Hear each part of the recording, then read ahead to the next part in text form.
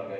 எல்லாருக்கும் தெரிந்ததான ஒரு வசனத்தை முதலாவது வாசிப்போம். யோவான் 3ஆம் அதிகாரம் 16ஆம் வசனத்தை நாம் வாசிக்க கேட்போம். எல்லாருக்கும் தெரிந்த ஒரு வசனம், யோவான் 3:16.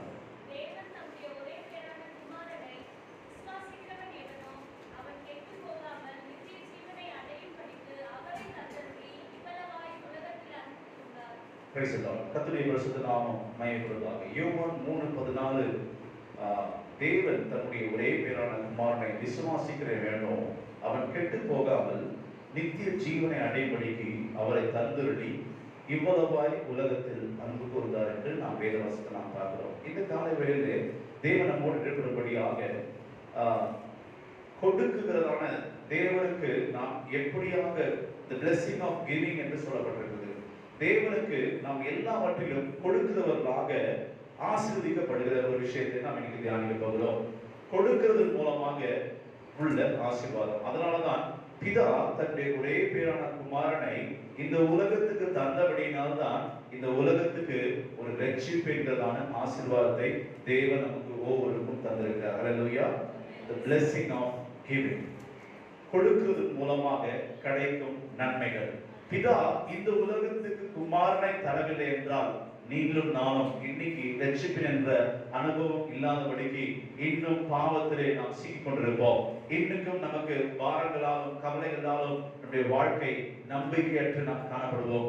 இன்றைக்கு நம்முடைய வாழ்க்கையில பரலோகத்தினுடைய வழி இல்லாமல் நாம் காணப்படுவோம். இன்றைக்கும் நாம் அவபக்தியோடு சோதரம் இந்த உலகம் முழுவதும் ஒரு பார்பேரியன்ஸ் என்று சொல்வார்கள் அல்லவா, ஒரு அப்படிப்பட்டதான ஒரு இடமாக இந்த இடம் மாறிக்கொண்டிருக்கும். இந்த பூமியானது சமாதானமற்று கிருபையற்று அது காணப்படும். ஆனால் தேவன் தந்த ஒரு நல்ல பரிசு, பிதாவாகிய தேவன் நமக்கு தந்ததான ஒரு ஆசீர்வாதம் என்னவென்றால், தேவன் தன்னுடைய ஒரே பேரான குமாரனை விசுவாசிக்கிறவனோ அவன் கெட்டு போகாமல் நித்திய ஜீவனை அடைபடிக்கு அவரை தந்தருளி இவ்வளவாய் உலகத்தில் அன்பு கூர்ந்தார். ஹல்லேலூயா.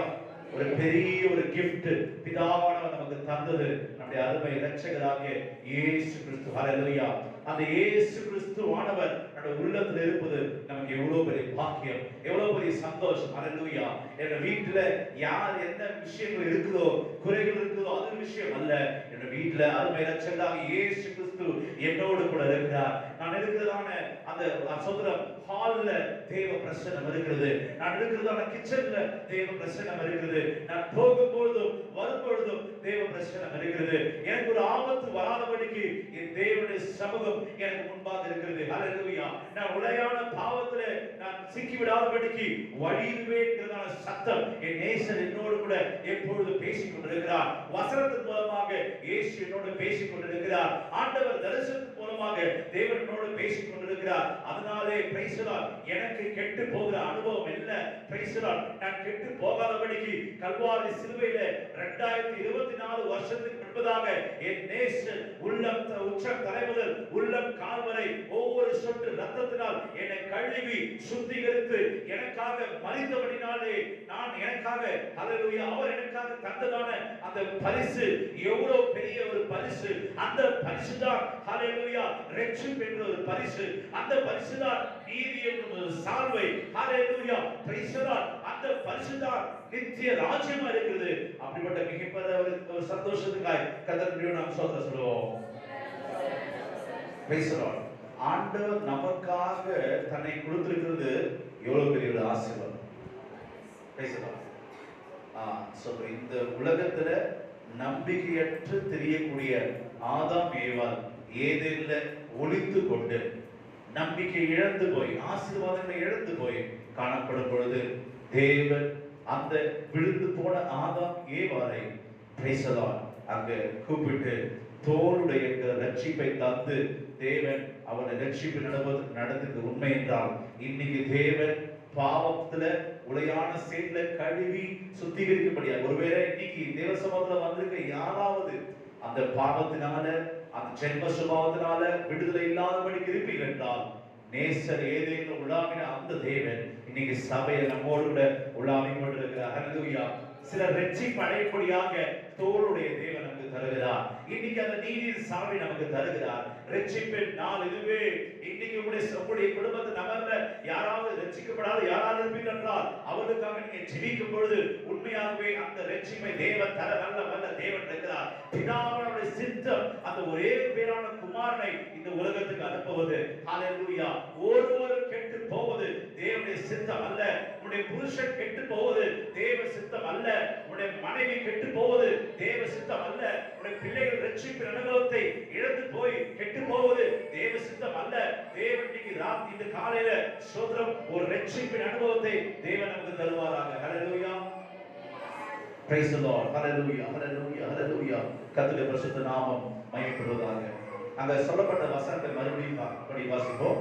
தேவன் தம்முடைய ஒரே பேரான குமாரனை விசுவாசிக்கிறவனோ அவன் கெட்டுப்போகாமல் நித்திய ஜீவனை அடையும்படிக்கு அவனை தந்தருளி இவ்வளவாய் உலகத்தில் அன்பு கூர்ந்தார். Praise the Lord. தேவன் தம்முடைய ஒரே பேரான குமாரனை விசுவாசிக்கிறவனோ யார் விசுவாசிக்கணும்? முதலாவது ஆண்டவராகிய இயேசு கிறிஸ்துவை அந்த ரட்சிப்பை நாம் அடைபடியாக முதலாவது நாம் இயேசு கிறிஸ்துவின் மேல் விசுவாசம் உள்ளவர்களாய் நாம் இருக்க வேண்டும். இயேசுவின் மேலே நாம் விசுவாசம் உள்ளவர்களாய் இருக்கும் பொழுது அவர்கள் கெட்டு போகாமல் நித்திய ஜீவனை அடையும்படிக்கு அவரை தந்தருளி இவ்வளவாக உலகத்தில் அன்பு கூர்ந்தார். இங்க இருக்கிற வாலிபர்கள் சொல்லட்டும், நீங்க ஆண்டவராய் இயேசு கிறிஸ்துவின் அந்த ஆசீர்வாதத்தை நீங்க பெற்றுக்கொள்ள வேண்டும் என்றால் முதலாவது நீங்கள் இயேசுவின் மேல் என்ன பண்ண வேண்டும்? விசுவாசிக்க வேண்டும். விசுவாசித்து இயேசு உங்களுக்காக மரித்து உங்களுக்காக உயிர்த்திருக்கிறார் என்பதை நீங்கள் வாயிலே அறிக்கை செய்ய வேண்டும். அது மாத்திரமல்ல, பிதா குமாரன் பரிசுத்த ஆவியின் நாமத்தினாலே ஞானஸ்நானம் எடுக்க வேண்டும். அது மாத்திரமல்ல, பிரைஸ் தி லார்ட், வசனம் சொல்லப்பட்டிருக்கு, ஒருவன் ஜலத்தினாலும் ஆவியினாலும் பிறவாவிட்டால் தேவனுடைய ராஜ்யத்தில் பிரவேசிப்பதில்லை. இன்னைக்கு விசுவாசம் மாத்திரம் போதாது, இன்னைக்கு ஞானஸ்தானம் மாத்திரம் போதாது, இன்னைக்கு பரிசுத்த ஆவி மாத்திரம் போதாது. இயேசுவை போல மாறத்தக்கதான ஒரு பூரண அனுபவத்தை பெற்றுக்கொள்ளும்படியாக தேவன் சித்தம் வைத்திருக்கிறார். நாம் கெட்டு போகாதபடிக்கு தேவன் ஹல்லேலூயா அந்த ஒரு குழந்தைக்கு எப்படி பால் தேவைப்படுகிறதோ அதே போல திருவசனமாகிய பாலை தேவன் நமக்கு தந்திருந்தார். இன்னைக்கு தேவன் உபதேசம் என்கிறதான தேசத்தின் பலனை தந்து நமக்கு புஷ்டியான ஆகாரத்தை தரும்படியாக ஆரோக்கியமான உபதேசம் என்று தீமோத்தேயுவில நாம் வாசிக்கிறோம். இன்னைக்கும் அஸ்திவாரங்களை மறுபடியும் போடாதபடிக்கு நாம் பூர்ணராய் கடந்து போகும்படியாக ஹல்லேலூயா தேவன் சித்தம் வைத்திருக்கிறார். ஹல்லேலூயா. கிறிஸ்துவை போல மாற வேண்டும், இயேசுவை போல மாற வேண்டும். நீங்க பரிசுத்த ஆவி பெறலாம், நீங்க இயேசு என்று நீங்க அழைக்கலாம். ஆனா பரிசுத்த ஆவி பெறவில்லை என்றால் நீங்கள் கர்த்தர் என்று சொல்லக்கூடாது, கிறிஸ்து என்று சொல்லக்கூடாது என்று வேதவசனம் சொல்லப்பட்டிருக்கு. அப்பொழுது உங்களுக்கு எச்சரிப்பின் சத்தம் இதுதான். Price the Lord. நீங்க இயேசு என்று கூப்பிட்டுக் கொள்ளலாம். சோத்ரம், நீங்க என்ன அப்படிலாம் கூப்பிடக்கூடிய உங்களுக்கு அதிகாரம் இருக்குது. பரிசுத்த ஆவி இல்லைன்னா பரிசுத்த ஆவி பெற்றவர்கள் மாத்திரம்தான் கிறிஸ்து என்றும் கர்த்தர் என்றும் கூப்பிட வேண்டும் என்று வேத வசனத்துடைய சட்டம் இருக்குது. Price the Lord. இன்னைக்கு தேவ சமூகத்துல யாராவது பிரைஸ் தி லார்ட் பரிசுத்த ஆவி பெறாதவர்கள் யாராவது இருப்பீர்கள், தேவ சமூகத்துல பரிசுத்த ஆவி பெறும்படியாக நீங்க உங்களை நீங்களே ஒப்பு கொடுக்க வேண்டும். இந்த சபையில பரிசுத்த ஆவி பெறாத யாரும் இருக்கக்கூடாது. Price the Lord. நித்தியத்துக்கு நீங்க போக வேண்டும் என்றால் அங்க கதவு உங்களுக்கு அடைக்கப்படும். Price the Lord. நித்தியத்துல போகும் பொழுது சோத்ரம், நீங்கள் தேவனுடைய ஆவி இல்லாதவன் என்னுடையவன் அல்ல என்று சொல்லப்பட்டிருக்கு. இன்னைக்கு கர்த்தர் சமூகத்துல பல வருஷம் கர்த்தர் உபதேசத்தை கேட்டு கர்த்தருடைய வார்த்தை கேட்டு இன்னும் பரிசுத்த ஆவி பெறாத சகோதரரே சகோதரியே, கர்த்தருடைய வார்த்தைக்கு செவி கொடுத்து இன்னைக்கு பரிசுத்த ஆவி பெறும்படியாக தேவன் சித்தம் வைத்திருக்கிறார். அந்த ஏழை விதவை பிரைஸ் தி லார்ட் அந்த நியாயம் இல்லாத அந்த நியாயாதிபதிக்கு போய் அங்கே சோத்திரம் அலட்டுண்டாக்கும் பொழுது அந்த அலட்டு நிமித்தமாக ஒரு நியாயம் செய்வது உண்மை என்றால் நம்முடைய தேவன் நீதியுள்ள ஒரு நியாயாதிபதி. நீ அவரை கேட்கும் பொழுது உனக்கு பரிசுத்த ஆவி தராமல் இருப்பாரோ என்று கர்த்தரோடு பேசிக் கொண்டிருக்கிறார். Price the Lord. பரிசுத்த ஆவியோட வாஞ்சையா இருக்கட்டும், பரிசுத்த ஆவியோட கீதமா இருக்கட்டும், அது பரலோகத்தினுடைய வாசலுடைய அதனுடைய அனுபவமா இருக்கிறது. இயேசுவே உயிர்ப்பிக்கிற வல்லமை அந்த பரிசுத்த ஆவி இருக்கும் பொழுது நீ கெட்டு போகாதபடிக்கு இந்த குமாரன் மேலும் பரிசுத்த ஆவியில் உயிர்ப்பிக்கிற வல்லமை இன்றைக்கு தேவனுக்கு தருவாராக. ஹல்லேலூயா. Praise the Lord. தேவன் தந்த பரிசு தான் என்னது? பரிசுத்த ஆவி. அதுக்கு ஒரு நல்ல ஒரு பேர் கொடுக்கப்பட்டிருக்கு, தேற்றரவாளர், கம்ஃபர்டர். நம்ம எல்லா நேரங்களிலும் நம்ம துக்கமான நேரங்கள்ல சுமையான நேரங்கள் நம்மை கம்ஃபர்ட் பண்ணக்கூடிய ஒருவர் இருப்பார் என்றால் அவர்தான் பரிசுத்த ஆவியானவர். முதலாவது தேவன் தன்னைத்தானே he gave himself as a gift. தன்னையே ஒரு அன்பளிப்பாக கொடுத்தார். நாம் என்ன பண்ண வேண்டும்? நம்மையே ஆண்டவருக்கு என்ன பண்ணணும்? ஒப்புக்கொடுக்கணும். அப்படிதான் சகோதரர், இயேசு கிறிஸ்து நமக்கு என்ன பண்ணிருக்கிறார்? ஒரு குமார நிமித்தமாக ஒரு கிஃப்ட் கொடுத்திருக்கிறார். நம்ம என்ன பண்ணணும்? அதிகமா நம்ம அன்பு செலுத்தணும். ஒரு பாட்டு அது ராகம் தெரியல, ஆனா இப்படி இப்படிதான் அந்த பாட்டு. உனக்காக மரித்தேனே, எனக்காக நீ என்ன செய்த. ஒரு நல்ல ஒரு பாட்டு. உனக்காக நான் மரித்தேனே, எனக்காக நீ என்ன செய்தார். அப்போ அந்த அடுத்த வரி சொல்லுவோம், எனக்காக நீ ஊழியம் செய்ய வருவாயோ. It's a call. உனக்காக நீ இவ்வளவு செஞ்சிருக்க, எனக்காக நீ என்ன செஞ்ச? ஹல்லேலூயா. சோதரங்களோட தேவ சமூகத்தில் ஆண்டவர் அந்த பாரம் தேவன் நம்ம ஊருக்கு தரணும். ஆண்டவரே, நீங்க எனக்காக செய்த நன்மைகள் ஏராளம், எனக்காக நீ செய்த விஷயங்கள் ஏராளம். அந்த விஷயங்கள் எல்லாவற்றிலும் நான் நன்றியுள்ள இதயத்தோடு உமக்காக. அப்போ தேவனுக்கு நாம் தரக்கூடிய ஒரு நல்ல அன்பளிப்பு என்னன்னா, நாம் தேவனோட ஒரு ரிலேஷன்ஷிப். இன்னைக்கு நிறைய ஊழியர்கள் பெருகிடுச்சு, ஆனா தேவனுடைய உறவு கம்மியா இருக்கு. தேவன் நம்ம திங்கட்கிழமையிலிருந்து ஞாயிற்றுக்கிழமை எல்லா ஊழியர்களும் எடுத்து பிரயோஜனப்படுத்தலாம். என்னுடைய வாழ்க்கையில் நான் பார்த்த விஷயம் என்னன்னா, மினிஸ்ட்ரி எப்போ அதிகமாகுதோ தேவ சமூகத்தில் தனிப்பட்ட ரிலேஷன்ஷிப் என்ன ஆகுது? உடையுது. இருக்கக்கூடாது. முதலாவது நம்ம என்ன பண்ணணும்? தேவனை மீட் பண்ணிட்டு தான் மக்களோட ஜனங்களை மீட் பண்ணணும். ஹல்லேலூயா. ஒரு ஆளை மீட் பண்றதுக்கு முன்னாடி நீங்க யாரை மீட் பண்ணிருக்கணும்? அந்த ஆளை மீட் பண்ணலாமா, அந்த சகோதரனை மீட் பண்ணலாமா, அந்த சகோதரியை மீட் பண்ணலாமா, அந்த பிள்ளையை மீட் பண்ணலாமா, நம்ம யார்கிட்ட பர்மிஷன் வாங்கிட்டு வரணும்? பரத்திலிருந்து பர்மிஷன் வாங்கிட்டு வரணும். ஹல்லேலூயா.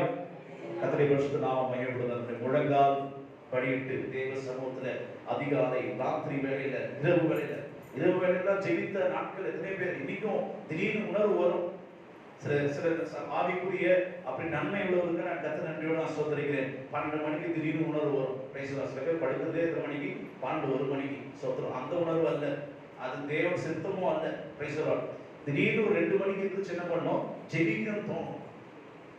அப்படிலாம் யாருக்காவது தோணிருக்கா? தோணுனவங்க எல்லாம் கரண்ட் போய் தரையில சொல்லி பார்ப்போம். தூக்கம் வராம இருந்து ஜெபிக்கல, தேவன் உணர்த்தி. சில பேருக்கு தூக்கம் வராது, அப்படி இல்லை. தேவன் உணர்த்தும் பொழுது நடுராத்திரியிலும் எந்திரிச்சு ஜெபிக்கக்கூடிய ஒரு விஷயத்தை தேவன் நம்ம எல்லாருக்கும் ஒவ்வொருத்தருக்கும் தருவார். நம்முடைய தனிப்பட்ட ரிலேஷன்ஷிப். அது மாத்திரமல்ல, தேவனுக்கு நாம் தரக்கூடிய ஒரு இன்னொரு அன்பளிப்பு என்னென்றால், வேத வசனத்துல நிலைத்திருந்து வசனத்தை தியானிக்கும் பொழுது, வசனம் சொல்லப்பட்டிருக்கு, வேத வசனத்தை தியானிக்கிறவன் இரவும் பகலும் அதன் மேல் தியானமா இருக்கிற மனுஷன் பாக்கியவான் என்று சொல்லப்பட்டிருக்கு. இரவும் பகலும் தேவ சமூகத்துல ஆண்டவர் விருப்பப்படுறது என்ன தெரியுமா? நீங்க வசனத்துல நிலைத்திருக்கு. தேவனை நாம் அறிந்து கொள்ள வேண்டும் என்றால் தேவனை பற்றி சொல்லப்பட்ட வார்த்தையை நாம் தெரிஞ்சு கொள்ள வேண்டும். பைபிள் எடுத்து வந்தா மாத்திரம் போதாது. அந்த பைபிள் இருக்கிறதான இயேசுவை பற்றி அறிந்து கொள்ளும்படியாக, நான் யார் என்பதை அறிந்து கொள்ளும்படியாக இந்த வேத வசனத்தை படிக்கும் பொழுது கர்த்தர் உடைக்கக்கூடிய ஒரு விஷயம் தான் ஜென்ம சுபாவம். இன்னைக்கு பாவத்திலிருந்து இயேசு கிறிஸ்துவின் மூலமாக உங்களுக்கு கழுவப்பட்ட ஒரு அனுபவம் இருந்தாலும், வசனத்தின் மூலமாக உங்க வாழ்க்கையில சம்பவிக்கிறது என்ன? பழைய சுபாவம், ஜென்ம சுபாவம் எல்லாவற்றுமா இந்த திருவசனமாகிய கலகம் இல்லாத ஞான பாலன் மேல் வாஞ்சைகளா இருக்கும் பொழுது கர்த்தருடைய வாழ்க்கையில பல அனுபவங்களை கர்த்தர் மாற்றுவார். இன்னைக்கு உங்க வாயில பேசலாம். நான் இன்னைக்கு சொன்னேன், கர்த்தருடைய சமூகத்துல சொல்றேன், புல்பிட்ல நான் சொல்றேன். ஒரு போன் எனக்கு யாராவது போன் பேசலாம்னா அதுல கெட்ட வார்த்தையினுடைய பயங்கர எக்ஸ்ட்ரீம். என்னோட காலேஜ் டேஸா இருக்கட்டும், ஸ்கூல் டேஸா இருக்கட்டும், வளர்ந்த சூழ்நிலை வேற. சேரி பசங்க சொல்லுவாங்க இல்லையா, அந்த சேரி பையனா தான் இருந்தேன். போன்ல பேசும்போது ஒரு நல்ல வார்த்தையே வராது. அது ரொம்ப கெட்ட வார்த்தை பேசக்கூடிய ஆட்களே சொல்லுவாங்க, என்னடா நீ இப்படி பேசுற, போன் உடனே வச்சுருவாங்க. என்கிட்ட முன்னாடி 2 போன் இருந்தது. இந்த காலில் ஒண்ணு, இந்த காலில் ஒண்ணு. இந்த காலையும் அவனுக்கு திட்டு விடும், இந்த காலையும் அவனுக்கு திட்டு விடும். அவ்வளவு கெட்ட வார்த்தை, நிக்க முடியாது. வாயிலிருந்து அந்த வார்த்தை கேட்க என்னாலே செய்ய முடியாது. பார்த்துக்கோங்க, நான் பேசுற வார்த்தை அவ்வளோ இங்கிலீஷ்ல டிக்ஷனரி இல்லாத வார்த்தை தேடி திட்டுவேன். அவ்வளோ திட்டுவேன். எப்போ என்ன இயேசு ரட்சித்தாரோ, எப்போ வேத வசனத்தை படிக்க ஆரம்பிச்சனோ, என் வாழ்க்கையில சம்பவிச்சது என்னன்னா, இன்னைக்கு ஒரு ஆளை ஒரு சாதாரண ஒரு கெட்ட வார்த்தையை கூட பேசுறதுக்கு எனக்கு என்ன வர மாட்டேங்குது? அது வரல. என்ன காரணம்? எது என்ன உடைச்சது? வேத வசனம். இன்னைக்கு வேத வசனத்தை படிச்சு உங்க வாழ்க்கையில கெட்ட வார்த்தை உங்க வாய் இன்னும் வருதுன்னா நீங்க யதார்த்தமாக யாரை தெரிந்து கொள்ளவில்லை? இயேசுவை. சத்தமா சொல்லுங்க, யாரை தெரிந்து கொள்ள? இயேசுவை. எப்படி யாரும் தெரிஞ்சுங்களா? சகோதர சகோதரிகள் யாரும் தனிப்பட்ட முறையில் இப்ப சொல்ல வேண்டாம். சகோதரிகள் சகோதரனை எப்படி திட்டுறாங்க? அவன் கிடக்கட்டும். யார் சொல்றது? புருஷன். யார் கிடக்கட்டும்? அவன் கிடக்கட்டுச்சு. அவன் என்னமோ பட்டு போறான். விசுவாசிங்க, வேற யாரும் சொல்ல, விசுவாசிங்க சொல்றேன். அது இது இதெல்லாம் நிறுத்திக்கோங்க. இன்னைக்கு சீக்கிரட்டா சில ரெக்கார்டிங் உங்க வீட்டுலாம் வச்சு சவுண்ட் எடுத்துட்டு சாட்சி நீங்க சொல்ல வேண்டாம். அது ரெக்கார்டிங்க சாட்சி சொல்லும். உங்களோட கிருபையேறிய வார்த்தை எப்படி இருந்துச்சு? அதிகாலையில் சில பேர் தூங்கி எந்திரிக்கும் போதே ஃபர்ஸ்ட் வார்த்தை, அதை கெட்ட வார்த்தை பேசாம அந்த அந்த இதே வெளிப்பட மாட்டீங்க. சொல்றது உங்களுக்கு நம்ம ஆவியானவர் புல்பிட்ல இருந்து பேசுகிறதை காதுள்ளவர் கேட்க கடவுள். நான் சொல்றேன், எத்தனையோ சகோதர சகோதரிகளுக்கு தெரியும், எங்க நிறைய டெஸ்டிமனி ஷேர் பண்ணுவாங்க. இந்த மாதிரி நான் பரலோகத்தை தேவனை எடுத்துக்கொள்ள போகிறார், ஆண்டவருடைய பெரிய தரிசனம் தான் பார்த்தேன்.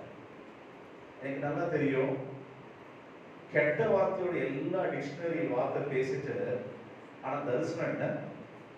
என்ன தரிசனம்? ஹலோ, என்ன தரிசனம்? பரலோகம். அது என்ன சொல்ல வரான்னு ஆண்டவர், இந்த தரிசனத்தோட முடிஞ்சு போச்சு, அங்க போனா எனக்கு என்ன இல்லை? இல்லை. தெரிஞ்சுக்கோ, இன்னைக்கு தேவ சமூகத்துல நம்முடைய வாயில தேவன் ஒரு பிரைஸ்லாட் அக்னி தழல் அசுத்த உதடுகளை நிறைந்த நீ ஒப்பு கொடுத்தால் கர்த்தர் அக்னி தழலிட்டு வாயில வைப்பார். ஹல்லேலூயா, பிரைஸ்லாட். அந்த வாயில தேவன் எதிர்பார்க்கிறார். இன்னைக்கு உன் சூழ்நிலை அவன் ஏசாயா சொல்லும் பொழுது, ஹல்லேலூயா, ஆண்டவரே அசுத்த உதடுகள் நிறைந்திருக்கிற மனுஷன் மத்தியிலே நான் வாழ்ந்திருக்கும் பொழுது ஆண்டவர் சொல்லுகிறார், பிரைஸ்லாட், கொரட்டை எடுத்து அந்த பலிபீடத்திலிருந்து ஒரு அக்கினி தலை எடுத்து வாயில் வைத்து, இதனால் உன் அக்கிரமம் நீங்கி, ஆண்டவர் சொல்லல, இதோ ஏரியால இருக்கிற பக்கத்து வீட்டு வாயெல்லாம் அடக்கி அவங்கள சுத்திகரிக்கிறேன்னு சொல்லல. ஓ வாய் சரியில்லை, ஓ அபிஷேகம் சரியில்லை, உன்னோட சோத்திரம் சரியில்லை, உன்னுடைய வாழ்க்கையில் இருக்கிற அந்த ஆராதனை தேவனுக்கு பிரியமில்லை ஆராதனை என்பதை இன்னைக்கு கர்த்தரோடு பேசிக் கொண்டிருக்கிறார். ஆனால் இன்னைக்கு உனக்கு ஒரு ரட்சிப்பை தேவன் தர விரும்புகிறார். இந்த கெட்டு போகாத வாழ்க்கை தேவன் தர விரும்புகிறார். முற்றும் முடிய ரட்சிக்க வல்லவரை நோக்கி பார்க்கும்படியாக இதோ அக்கினி தழலை தேவன் வைக்கும் பொழுது அந்த கிருபையேறிய வார்த்தை தேவன் தர வல்ல தேவனா இருக்கிறார். ஹல்லேலூயா. ஒரே வாயிலிருந்து என்ன வரக்கூடாது? என்ன வராது? கசப்பும் வரக்கூடாது, தித்திப்பு. இங்க போனா பயங்கர என்ன, அங்க போனா வீட்டுக்கு போனா என்னது? கசப்பு, வைராக்கியம்.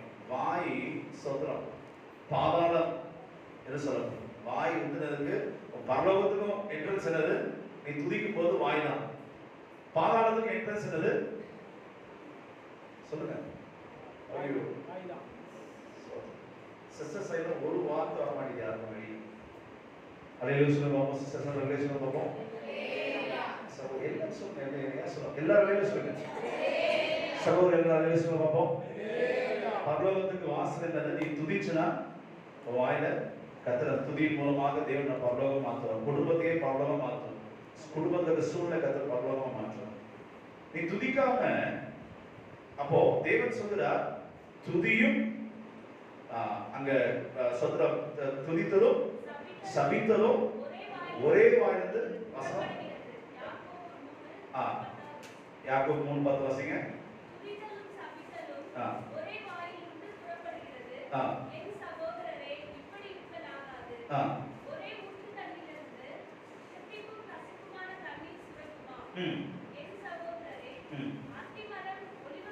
போதும். அங்க சொல்லப்படுவோம், உங்களில் ஒருவன் 26ஆம் வசனம், யாக்கோபு 1:26. உங்களில்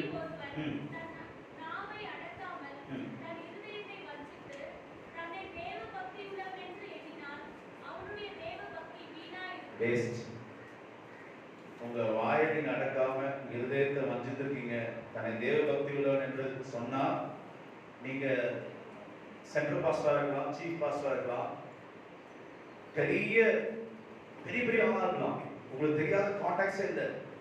ஆனா உங்க வாயின் வார்த்தை அதுல கெட்ட வார்த்தை அது இருக்கும் என்றால், பசங்க கிட்ட கேட்டா தெரியும், சின்ன பிள்ளைங்க உங்க வீட்டுல அம்மா அப்பா ஏதாவது திட்டுறாங்களா, கெட்ட வார்த்தை திட்டுறாங்களா, ஜெயன் எனக்கும் வந்து வாட்சது சொல்லுவாங்க, அது எனக்கு வந்து அப்படி யாரும் சொல்றது இல்லையா? உங்க கோபத்தை யார் மேல காட்டக்கூடாது. புருஷனுக்கு மனைவி சண்டை வரும், அடிக்குது யார? உன்னை கத்திர அடிப்பார் ஒரு நாள். யாரோட கோபத்தை யார் மேல காட்டக்கூடாது. பிள்ளைங்க அப்பாவியா இருக்கிறாங்க, அவங்க தேவன் தந்திருக்கிறார். ஒரு பிள்ளைகளை தேவன் எதுக்காக தந்திருக்கிறார்? தேவன் கடத்த நீங்க கொடுக்க முடியாது, தேவனுக்காக நீங்க வளர்க்கணும். அப்படி வளர்க்கும் போது காரணம் இல்லாமல் பிள்ளைகளை நம்ம அடிப்போம் என்றால் தேவன் நம்மை சிஷிப்பார் என்பதை நீங்க அறிந்து கொள்ளணும். நல்லா கவனிங்க, மனிதனுக்கு 4 விதமான சிஷ்யம் இருக்கு, தூதனுக்கு 4 விதமான சிஷ்யம் இருக்கு. ஒண்ணு, தன்னைத்தானே நிதானித்திருந்தால்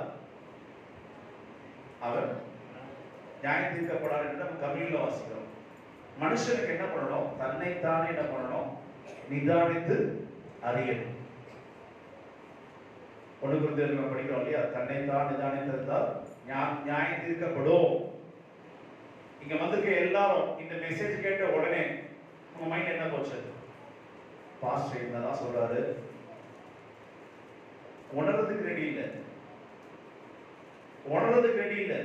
பேச கேட்கிற எல்லாரும் ஃபர்ஸ்ட் வந்து சரி, லாஸ்ட் எல்லாருமே சொல்றேன், உணர்றதுக்கு ரெடி இல்லை. அந்த ஸ்பிரிட் எங்க கொண்டு போகுது? என்னதான் பேசுறாங்க, இதுதான் மைண்ட்ல போகுது. நான் சொல்றேன், உங்க எல்லாருக்காக பேசுறேன். பேசுற எனக்கும் சரி, கேட்கறது. இப்போ ஆண்டவராக இயேசு கிறிஸ்து நியாயத்திற்கு நிற்கும் போது யாருக்கு அதிகமா ஆக்கி தருவார்? உங்களை காட்டிலும் பேசுற நாம் படிக்கிற அந்த யாக்கோபு 3:1 படிக்கும் பொழுது அதிக யாக்கும் யாருக்கு இருக்கு? போதகர் இருக்கு. அதனால ஆண்டவர் அவன் சொல்ற இங்க பேதுரு சொல்ற, நீ போதகராகாம இருக்கிறது நல்லது. சொல்லுங்க. அப்போ பேசுகிற வார்த்தை, உங்க வார்த்தை எப்படி இருக்க வேண்டும்? கிருபை ஏறின வார்த்தையா இருக்க வேண்டும். அல்லேலூயா, பிரைஸ் தி லார்ட். உங்க பிள்ளைகளை கிருபை ஏறிய வார்த்தைகளால சொல்லி பழகணும். நீங்க சொல்ற என்னென்ன வார்த்தைகளோ அந்த வார்த்தையெல்லாம் பிள்ளைகள் கற்றுக்கொண்டு என்ன பண்றாங்க? இப்போ என்னது, பிள்ளைங்க நீங்க பேசுற வார்த்தையை பேசும்போது என்ன ஆகுது? இப்போ கோபம் வருது. எங்க இந்த கெட்ட வார்த்தையை கண்டுபிடிச்சா? உன்கிட்ட தான் என்ன பண்ணலாம், அவன் என்ன பண்ணா? கத்துக்கிறதோட சோர்ஸ் என்ன? நேற்று நான் ஒரு கடைக்கு போகும்போது அந்த பையன் ரொம்ப நல்லா அழகா நார்மலா பேசிட்டு இருக்கான் அப்பா கிட்ட. அப்பா ரிப்ளை கொடுக்கறத பார்க்கும்போது பயங்கர காதை கேட்க முடியல, அசிங்கமா ரிப்ளை பண்றாரு. அவன் கேட்டது சாதாரண விஷயம். அப்ப இது என்ன ஆகுது? இந்த கெட்ட வார்த்தை எல்லாம் அவங்க மனதுல போய் போய் போய் என்ன ஆகும் போது ஃபுல்லா அவங்க வாழ்க்கையில அந்த கெட்ட அனுபவங்கள் தான் குணாதிசயம். சில நல்ல பெற்றோர்கள் இருக்காங்க, அவங்க சிகரெட் குடிப்பாங்க, ஆனா பிள்ளைங்க என்ன பண்ணக்கூடாது? சிகரெட் சூப்பரான நல்ல ஆளுகள், அவங்க நல்லா குடிப்பாங்க, ஆனா யாரும் குடிக்கூடாது அட்வைஸ் பண்றதுக்கு சொத்தம். யோசிச்சு பாருங்க, நீங்க கொஞ்சம் சுய யோசிச்சு பாருங்க. அப்ப நான் கேட்கிறேன், உங்க பிள்ளைங்க நீங்க பேசுறதோட டபுளா பேசினா உங்களுக்கு என்ன பிரச்சனை? கர்த்தருடைய பரிசுத்த நாமம் மகிமைப்படுவதாக. இன்னைக்கு காலையில தேவன் நம்மை சுத்திகரிக்கும்படியாக தேவன் நமக்கு தந்த ஒரு நல்ல கிஃப்ட் யாரு? ஆண்டவராகிய இயேசு கிறிஸ்து. அந்த இயேசு கிறிஸ்துவுக்கு ஏதோ ஒரு அங்க ஒரு உடைஞ்சு போன நசுங்கி போன அவபக்தியான ஒரு கிஃப்ட் கொடுக்காதபடிக்கு நம்மை கிறிஸ்துவை போல மாற்றி, இயேசு இப்படி யோசித்தாரோ, இயேசு இப்படி பேசினாரோ, இயேசு இப்படி ஜனங்களோடு இடைப்பட்டாரோ, அதே போல கலை திரை பிழையற்ற சபையாக, கன்னிகையாக, கற்புள்ளவராக தேவ சமூகத்தில் நாம் காணப்படும் பொழுது கர்த்தர் பெரிய காரியம் நம்ம வந்து செய்வாராங்க. ஹல்லேலூயா, கர்த்தருடைய பரிசுத்த நாமம் மகிமைப்படுவதாக. மத்தேயு 16 அதிகாரம் 24 வசனத்தை வாசிக்கும் பொழுது, மத்தேயு 16:24,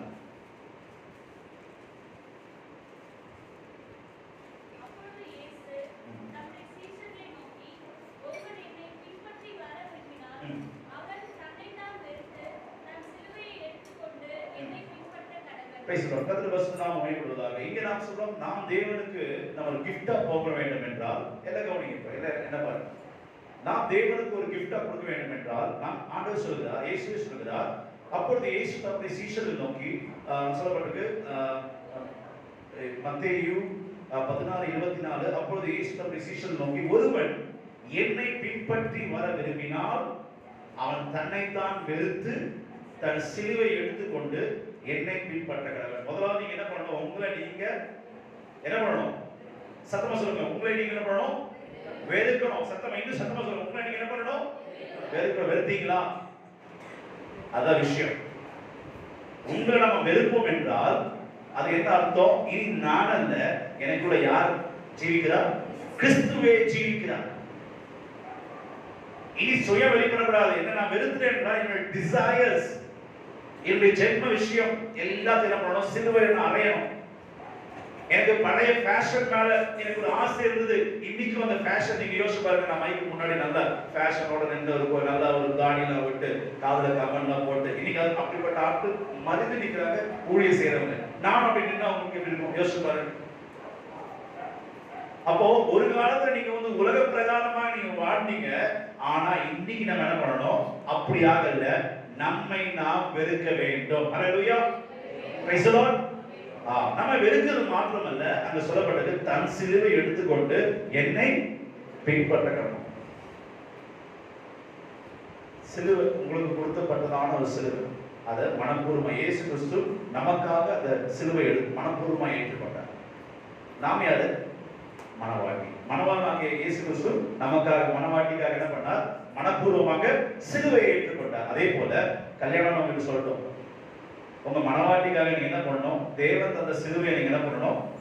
மனப்பூர்வமாக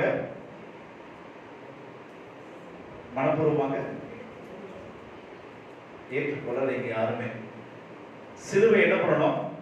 இயேசு சிலுவை சொன்னதுனால சொல்றீங்களா இல்ல எனக்கு தெரியல, ஏன் ரெஸ்பான்ஸ் வர தெரியல. இயேசு கிறிஸ்து மனவாளனா இருக்கிறார், நாம் மனவாட்டியா இருக்கிறோம். ஆண்டவர் அந்த சிலுவை என்ன பண்ணார்? மனப்பூர்வம் அந்த சந்தோஷத்தை, அவர் நமக்கு முன்பாக இருக்கிற சந்தோஷத்தை அவர் மனதில் வைத்து அந்த சிலுவையை மனப்பூர்வமாக ஏற்றுக்கொண்டது போல இங்க சொல்லப்பட்டது தன் சிலுவையை எடுத்துக்கொண்டு என்னை பின்பற்றி வர கடவன். அந்த சிலுவை பாரத்தை நாம் என்ன பண்ண வேண்டும்? நாம் எப்பொழுதும் அதை வெறுத்துடாதபடிக்கு.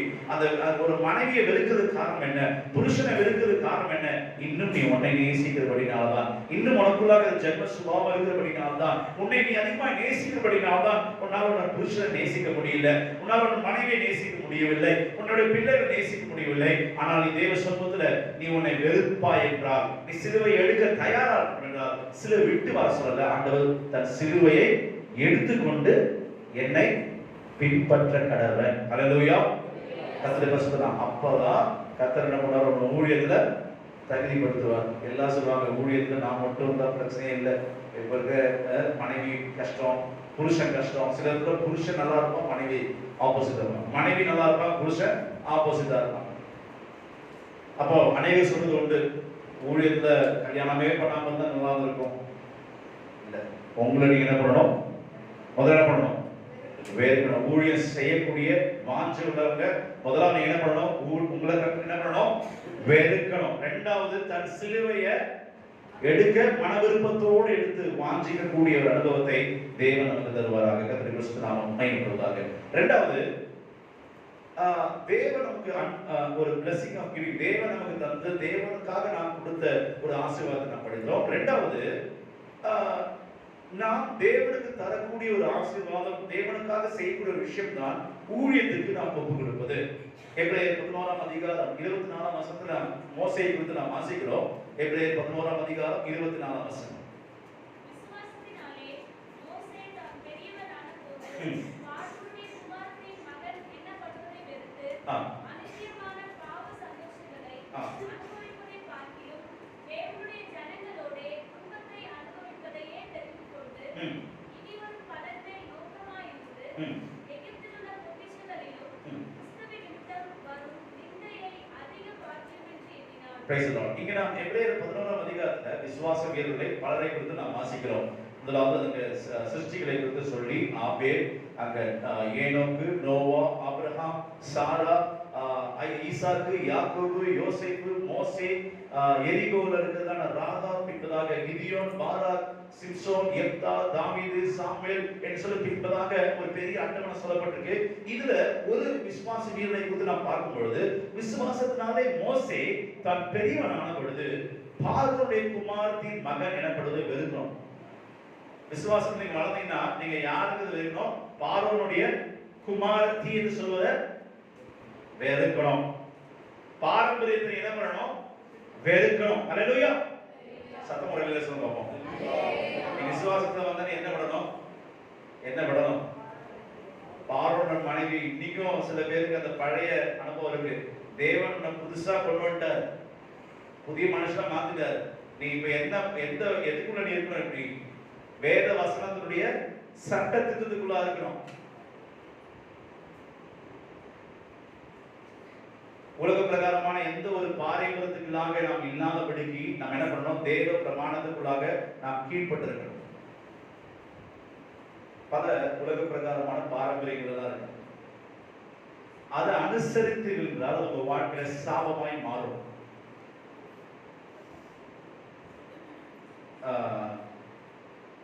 பல வழக்கங்கள், உதாரணத்துக்கு குழந்தை பிறந்ததுக்கு முன்னாடி ஒரு விஷயம், ஒரு சடங்கு ஒன்று இருந்தது. என்னது? சீமந்தோ வளகாலம். மிக சகோதரிலாம் சொல்றேன், அந்த மாதிரி ஏதாவது ஒரு விஷயம் நடந்ததுன்னா தயவு செஞ்சு சர்ச்சுக்கு வராதீங்க. அப்படியே போயிடுங்க, உங்க பாரம்பரியத்துக்கே போயிடுங்க.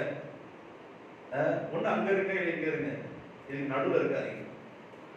இத முக்கியமா பேக்ல இருந்து யார் இதை வந்து செஞ்சு விடுறான்னா, முக்கிய பாத்து யாருக்கு? சகோதரருக்கு இருக்கு. நம்ம பிரச்சனை இல்லை, நம்ம அம்மா அப்பா தான் என்ன பண்ணணும்? சோத்திரம் சொல்லுங்க, எல்லாம் சோத்திரம் சொல்லுங்க, அலையில சொல்லுங்க, அலையில. அந்த பொண்ணு வந்து நிற்கும், மஞ்செல்லாம் முகத்துல அடிச்சு, கையில வளையெல்லாம் வச்சு, தலையில பூலாம் வச்சு முன்னாடி நிற்கும். நம்ம இங்கிலீஷில் இருக்கும்போது எல்லாம் ஒரு விஷயம் சொல்லுவோம், இது வந்து ஃபர்ஸ்ட் இது வந்து ஜஸ்ட் பெயர் மீனிங். என்ன சொல்லுவோம்? அங்கே போய் பார்த்தா தான் தெரியும் எப்படி இருக்கும். மஞ்சையும் மூக்குலையும் தலையிலையும் எல்லா இடத்துலையும் சொல்றோம். நீ யாருடைய குமாரத்தி இல்லை, பார்வோனுடைய குமாரத்தி அல்ல. நீ தேவனுக்காக பிரித்தெடுக்கப்பட்ட ஒரு அனுபவத்தை நாம் பெற்றுக்கொள்ள வேண்டும். அல்லேலூயா. கர்த்தருடைய பரிசுத்த நாமம் மகிமைப்படுவதாக. கல்யாணத்துல வந்து பார்க்கணும் ஒவ்வொருத்தரையும். இன்னைக்கு வெள்ளையா ட்ரெஸ் போட்டிருக்கவங்க எல்லாம் எங்க தெரியும்? ஒரு கல்யாணத்துல நம்ம விசுவாசி யாருக்காவது கல்யாணம் வரும்போது ஒவ்வொருத்தருடைய கோலம் பார்க்கணும். சொல்றேன், நான் சொல்றேன், பெஸ்ட். நீங்க ஒயிட் ட்ரெஸ்ல நீங்க போட்டீங்கன்னா தலைவலியே இல்லை. குடும்பமா நீங்க ஒரு பொருத்தனை பண்ணுங்க. எந்த பொருத்தனை குறிச்சு நீங்க சண்டே ஸ்கூல்ல நடத்தலாம். நீங்க ஒரு பொருத்தனை பண்ணீங்களே, உங்க வைஃபை ஈஸியா கண்ட்ரோல் பண்ண முடியும், உங்களுடைய புருஷனை ஈஸியா கண்ட்ரோல் பண்ண முடியும். ஒரே விஷயம், கல்யாணமோ சாவோ எதுவோ ஒயிட் ட்ரெஸ் போட்டு போனீங்கன்னா ஒரு பிரச்சனை இல்லை. அவன் வந்து நிப்பான் முன்னாடி, கேட்க ட்ரெஸ் நல்லா இருக்காங்க இன்னைக்கு, நீ மட்டும் நல்லா இல்ல சொல்றா, அடுத்த 2 மணி நேரம் என்ன பண்ணணும்? அடுத்த ட்ரெஸ் மாறதுக்காக வெயிட் பண்ணணும். இன்னைக்கு சொல்ற பார்வோனுடைய குமாரத்தி என்கிறதான அந்த அனுபவத்தை விட்டு எல்லா இடத்துலயும் வெள்ளை ட்ரெஸ் போட்ட கத்துக்கிட்டா ஒரு பிரச்சனை இல்லை. Easy solution. ஹல்லேலூயா. நாங்க எதுவும் பார்த்தது இல்லை, ஒன்றும் பிரச்சனை இல்லை. சில கூட்டம், இந்த பார்வோனுடைய கூட்டம் வந்து எகிப்துல உலக பிரகாரம் கல்யாணத்துல வந்து ஸ்பிரிச்சுவாலிட்டினா பயங்கர ஸ்பிரிச்சுவாலிட்டி, மகிமைனா பயங்கர மகிமை, அந்நிய பாஷை பயங்கரம். ஆனா கல்யாணம் வரும் பொழுது நாங்களா கேட்க மாட்டோம், நீங்களா ஆண்டவர் போடுவார். அப்புறம் நீங்களா என்ன பண்ணுங்க? கர்த்தருடைய பரிசுத்த நாமம் மகிமைப்படுவதாக. மனிதன் முகத்தை நோக்கி பார்க்கிறான், தேவன் உள்ளங்களை ஆராய்ந்து அறிகிற தேவனா இருக்கிறார். ஹல்லேலூயா. Praise the Lord. கர்த்தருடைய பரிசுத்த நாமம் மகிமைப்படுவதாக. இங்க சொல்லுவாங்க, நான் புல்பிட் முன்னாடி தைரியமா சொல்றேன், எத்தனையோ பயோடேட்டா சிலதான் பார்த்து நான் ரொம்ப எக்ஸைட் ஆனது உண்டு. எங்களுக்கு டவுரி வேண்டாம், ஒண்ணும் வேண்டாம், பையன் ஆமைக்கிறனா இருந்தா போதும், ஆனா அவன் எங்காலா இருந்தா போதும். என்னது எங்காலாம் புரிஞ்சுக்கணும். என்ன டவுரி வேண்டாம், ஒண்ணு வேண்டாம், ஆனா என்ன வேணும்? எங்கால வேணும். எங்கெல்லாம் மைக்கு கிடைச்சதா அப்பயே மைக்கு இருந்திருக்கேன் அவன். இன்னைக்கு ஜாதி வெறி பிடிச்சவங்க யாராவது இருப்பீங்க என்றால் தேவ சமூகத்துல முழங்கால் பண்ணிட்டு தேவ சமூகத்துல ஒப்பு கொடுத்து, நீ பார்வனுடைய குமாரத்தின் அனுபவம் அல்ல, இன்னைக்கு நீ தேவ சமூகத்துல உனக்கு ஒரு புது ஒரு ஐடென்டிட்டி இருக்கு, ஒரு புதிய ஒரு வாழ்க்கை இருக்குது, புதிய ஒரு அபிஷேகம் கொடுத்திருக்கிறார், புதிய கிருபை கொடுத்திருக்கிறார். Price the Lord. நீ எந்த சங்கத்துக்கும் நீ உட்பட்டவன் அல்ல, நீ கிறிஸ்துவத்துல அந்த தேவன் தந்ததான ஒரு ஐக்கியம் இருக்கிறது. Price the Lord. யூதனுக்கு யூதனாகவும் கிரேக்கனுக்கு கிரேக்கனாகவும் அடிமைக்கு அடிமைக்காகவும் கிறிஸ்துவுக்காக எல்லாருக்கும் எல்லாமான சொல்றது போல அப்படிப்பட்ட அனுபவத்துக்காக நாம் காணப்பட வேண்டும். ஹல்லேலூயா. கர்த்தருடைய பரிசுத்த நாமம் மகிமைப்படும். ஜாதி வெறி பிடிச்ச அடையாளம். கல்யாணத்துல ஜாதி வெறியை நீங்க வெளிப்படுத்தாதீங்க. கர்த்தருடைய பரிசுத்த நாமம் மகிமைப்படுவதாக. Price the Lord. 21 நாள் உபவாசம் முடிஞ்சா இப்படிதான் பிரசங்கம் வெளிப்படும். ஹல்லேலூயா. கர்த்தருடைய பரிசுத்த நாமம் மகிமைப்படுவதாக சொல்றார். இங்க சொல்கிறார், அனித்தியமான பாவ சந்தோஷங்களை அனுபவிப்பதை பார்க்கிலும் தேவனுடைய ஜனங்களோடு துன்பத்தை அனுபவிப்பதே தெரியும்.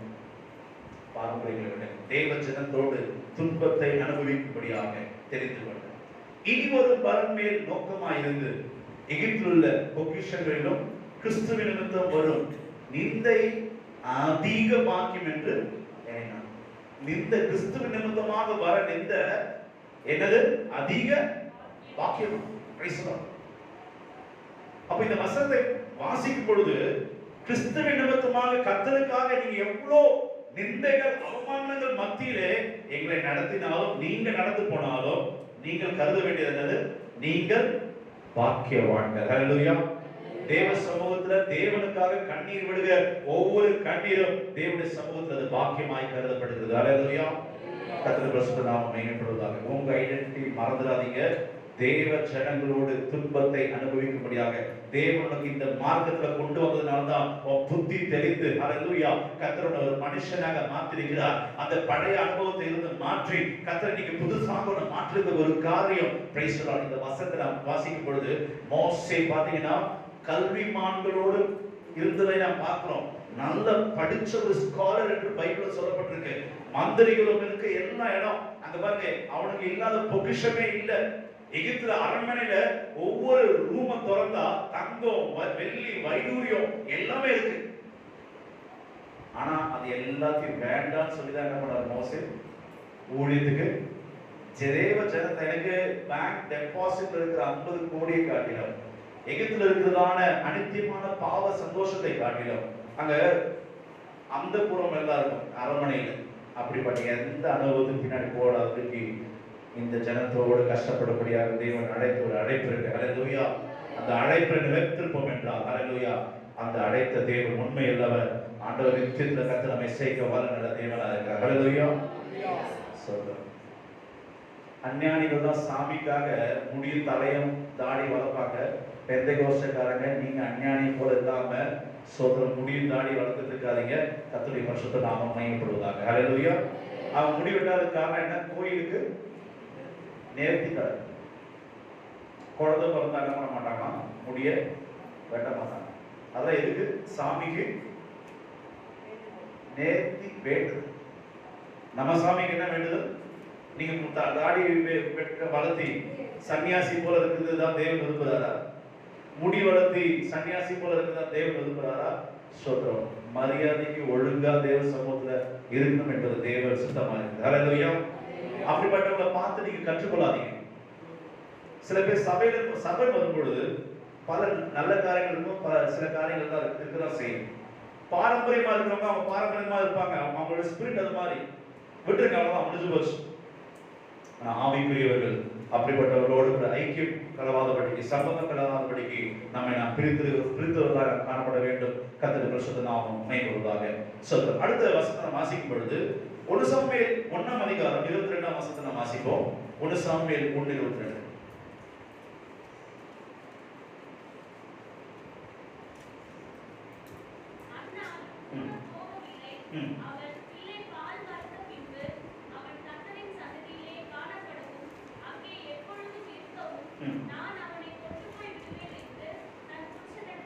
இங்க அண்ணாவை குறித்து நாம் பார்க்கிறோம். அங்க ஒரு பொருத்தனை ஊழியத்துக்காக பொருத்தனை பண்றாங்க.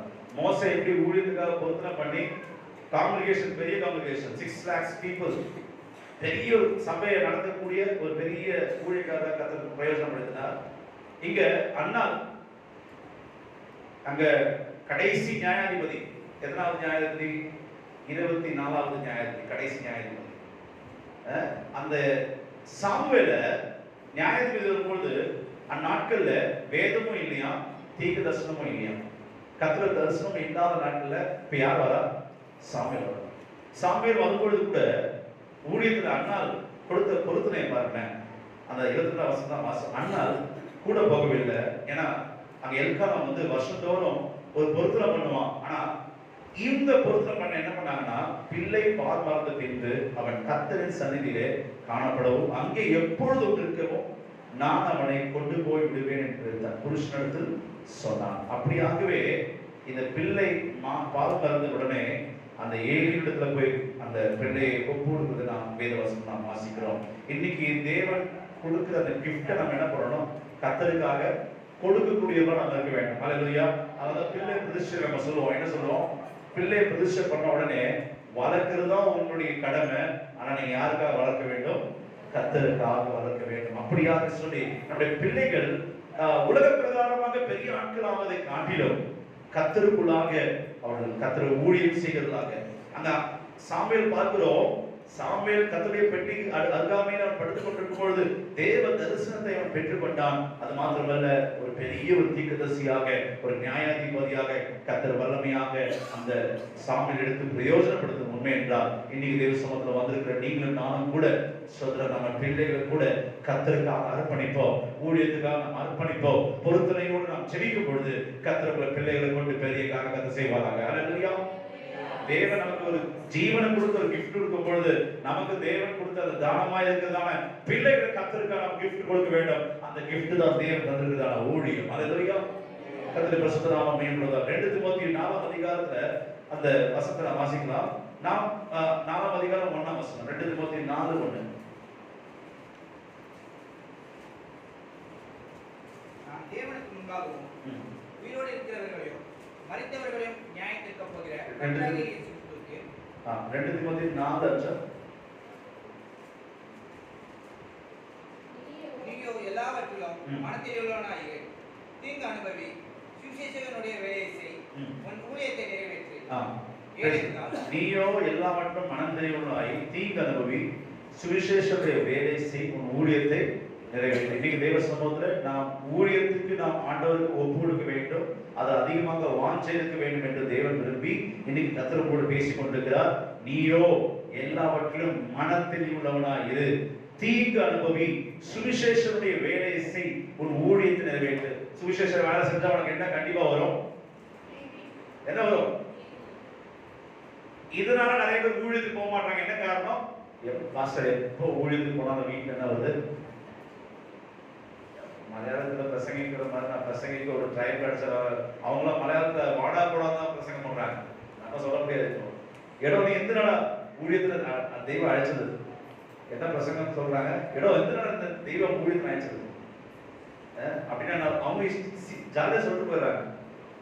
அவங்க சொல்றாங்க பசுத்தாய் வந்தா மரியாதைலாம் ஒன்றும் கிடையாது, வாடா கூட தான் பேசுறாங்க. தேவன் எதுக்கு அழைச்சிருக்கிறார்? தீங்கு அனுபவி, எல்லாவற்றிலும் மனத்தெளிவுள்ளவனாய் தீங்கு அனுபவி, சுவிசேஷகனுடைய வேலை செய், உன் ஊழியத்தை நிறைவேற்று. ஹல்லேலூயா. ஊழியத்தினுடைய பாட குறித்து நாம் எதுவும் பயப்படாதபடிக்கு அந்த பவுல் தீமோத்தேயுக்கு அறிவுறுத்தினது போல இன்னைக்கு கர்த்தர் நம்மோடு அறிவுறுத்துகிறார். இந்த இக்காலத்து பாடுகள் இனி ஒரு மகிமைக்கு ஒப்பிடத்தக்கதல்ல, வரப்போகுதை நாடி தீர்க்கும் சொன்னது போல அந்த ஒரு பெரிய மகிமையை நாம் பெற்றுக்கொள்ளும் பொழுது இந்த உலகத்தில் நமக்கு ஒரு பாடு இருக்கு, அவமானங்கள் இருக்கு. இயேசு கிறிஸ்து உலகத்துக்கு வரும்பொழுது தீங்கு அனுபவிக்காமலே கர்த்தர் பரலோகத்துக்கு போனார். இல்ல, ஆண்டவராகிய இயேசு கிறிஸ்து பிரைஸ் தி லார்ட் சிலுவையின் மரண பரியந்தம் கர்த்தர் தன்னுடைய தீங்கு அனுபவித்தார். தன்னுடைய வாழ்நாள் முழுவதும் தீங்கு அனுபவித்தார். அந்த இயேசு கிறிஸ்துவை ஏற்றுக்கொண்ட நம்முடைய வாழ்க்கையிலும் ஊழியத்திற்கு மொத்தமாக தீங்கு வரலாம், அவமானங்கள் வரலாம், நிந்தைகள் வரலாம். ஆனால் தேவன் சொல்கிறார், ஸ்தோத்திரம், தீங்கு அனுபவி, சுவிசேஷனுடைய வேலை செய், உன் ஊழியத்தை நிறைவேற்று. அது வசனம் சொல்லப்பட்டிருக்கு. அடுத்தது நாம் பார்க்க போறோம். முக்கியமா மூணாவது, தேவனுக்கு நாம் கொடுக்கக்கூடிய அடுத்த ஒரு கிஃப்ட் என்ன? நேரம். இன்னைக்கு நிறைய பேர் கிஃப்ட் கொடுக்கல. நேரத்துக்கு என்ன கொடுக்கல? தேவனுக்கு கிஃப்ட் கொடுக்கல. அதிகமா நீங்க தேவன் எதிர்பார்க்கிறது உங்களுடைய பொண்ணோ வெள்ளியோ அல்ல. தேவன் கொடுக்கிறது நீங்க உங்களுடைய நேரத்தை தான் நீங்க என்ன பண்ணணும்? ஆண்டவருக்கு நீங்க கொடுக்கணும். கொடுத்தீங்கன்னா நீங்க காலையில எத்தனை பேர் கொடுத்தீங்க? காலையில சொல்லு பாப்போம். காலையில ஜாப் பண்ணீங்களா? இன்னைக்கு ஜாப் பண்ணீங்களா? காலையில ஜெபிச்சீங்க. அப்போ யோசிச்சுக்கோங்க. நேரம் நேரம் பொன்னானது. என்ன சொல்லுவாங்க? நேரம், டைம் இஸ் கோல்டு. எல்லாருக்கும் கோல்டு இருக்கு, ஆனா என்ன இல்ல? டைம் இல்லை. சோ கர்த்தருடைய பரிசுத்த நாமம் மகிமைப்படுவதாக. நேரத்தை வீணாக்காதீங்க. உலகத்தில் நீங்க எதை வேணா எடுத்து போகலாம். ஆனா மகாபெரிய அலெக்சாண்டர் மறிக்கும் பொழுது தங்கத்தை எல்லாம் வெளியில வச்சு கை வெளியில நான் ஒண்ணுத்தையும் கொண்டு வரல, ஒண்ணுத்தையும் எடுத்து போனேன். நேரம் தேவன் கொடுத்த இந்த நேரத்தை தேவனோடு ஒரு ரெக்கன்சிலியேஷன், ஆண்டவரோட ஒப்புரவாகவும் ஆண்டவர் அறிந்து கொள்ளபடியாகவும் ஆண்டவர் தந்த ஊழியத்தை நிறைவேற்றபடியாக நேரத்தை காலத்தை தக்க நாம் பிரயோஜனப்படுத்திக் கொள்ள வேண்டும் என்று வேத வசனம் சொல்லப்பட்டிருக்கு. Price the Lord. கர்த்தருடைய பரிசுத்த நாமம் மகிமைப்படுவதாக. இன்னைக்கு சர்வீஸ் ஞாயிற்றுக்கிழமை எத்தனை பேர் ஆராதனைக்கு வரல பாருங்க. இது என்னன்னா நேரத்தை தான் பண்ணிட்டாங்க, வீண் பண்ணிட்டாங்க. அவங்க கொடுக்கப்பட்ட அந்த தருணத்தை போக்கிட்டாங்க. கர்த்தருக்காக கொடுக்கிற நேரம் ஒருபோதும் வேஸ்டே ஆகாது. தங்கத்துல கூட ஒருவேளை அதுல சில வேஸ்டேஜ் வரலாம். ஆனா நீங்க கர்த்தருக்காக கொடுக்கிற நேரத்துல ஒருபோது எந்த வேஸ்ட் வராது. கர்த்தர் எல்லாத்தையும் அதை பிரிஷியஸாக பார்க்கிறார். எபேசியர் 5ஆம் அதிகாரம் 14ஆம் வசனத்தை நாம் வாசிக்கலாம். எபேசியர் 5:14. நாட்கள் பொல்லாததால் காலத்தை பிரயோஜனப்படுத்திக் கொள்ளும். நாட்கள் எப்படி இருக்காங்க? பொல்லாததா இருக்கிறபடினால நீங்க என்ன பண்ணணும்? காலத்தை பிரயோஜனப்படுத்திக் கொள்ளுங்கள் என்று இங்க பவுல் எபேசியருக்கு சொல்வதை நாம் பார்க்கிறோம். அங்க ஆகையால் நீங்கள் மதியற்றவர்களாய் இராமல் கர்த்தருடைய சித்தம் என்னதென்று உணர்ந்து கொள்ளுங்கள். இங்க 18ஆம் வசனம், துன்மார்க்கத்துக்கு ஏதுவான மதுபான வெளிக்கொள்ளாமல் ஆவியினால் நிறைந்து சங்கீதங்களாலும் கீர்த்தனைகளாலும் ஞானப்பாட்டினாலும் ஒருவருக்கு ஒருவர் புத்தி சொல்லிக் கொண்டு உங்கள் இதயத்தில் கர்த்தரை பாடி கீர்த்தனை பண்ணி என்று சொல்லப்படுது. அப்ப நேரம் ஃபுல்லா உங்களுக்கு எப்படி இருக்கணும்? ஹலோ, நேரம் எப்படி இருக்கணும்? நல்லா இருக்கும். உங்க டைம் எல்லாம் என்ன பண்ணணும்? சங்கீதங்களாலும் கீர்த்தனைகளாலும் ஞானப்பாட்டினாலும் புத்தி சொல்லுகிற ஹிருதயத்துல சந்தோஷம் நிறைந்தவர்களாக பாடி துதிக்கிறவர்களாக தேவன் நம்மை நடத்துவாராக. தூதல் என்றால் பரலோகத்தில் கர்த்தர் மகிமைப்படுத்துவது போல பூலோகத்தில் தூதலை காட்டிலும் மகிமையான ஆராதனை தேவன் நமக்கு தந்திருக்கிறார். தூதலும் ஏற்று பார்க்கக்கூடிய ஒரு ஆராதனையும் கிருபையும் அபிஷேகத்தையும் தேவன் நமக்கு தந்திருக்கிறார். நாட்கள் பொல்லாதவர்கள் ஆனபடினாலே காலத்தை நாம் பிரயோஜனப்படுத்திக் கொள்ளும்படியாக தேவன் இன்னைக்கு நம்மோடு பேசிக் கொண்டிருக்கிறார். ஹல்லேலூயா. Praise the Lord. போகும்போது ஆராதிங்க, வரும்போது ஆராதிங்க, நிற்கும் போது ஆராதிங்க, ஓடும் போது ஆராதிங்க. கர்த்தரை காலத்தை துதிப்பேன், அவர் துதி எப்போது என் வாயில இருக்கும். ஹல்லேலூயா. துதி எப்போது வேண்டும்? வாயில இருக்கும். Price the Lord. அந்த ஒரு அனுபவம் யதார்த்த ரட்சிக்கப்பட்டவருடைய லட்சணம் என்ன தெரியுமா? அவங்க எப்பவுமே தேவனை துதித்துக் கொண்டே இருப்பாங்க. Price the Lord. ரட்சிப்பை இழந்து போகாதவருடைய லட்சணம் என்ன தெரியுமா?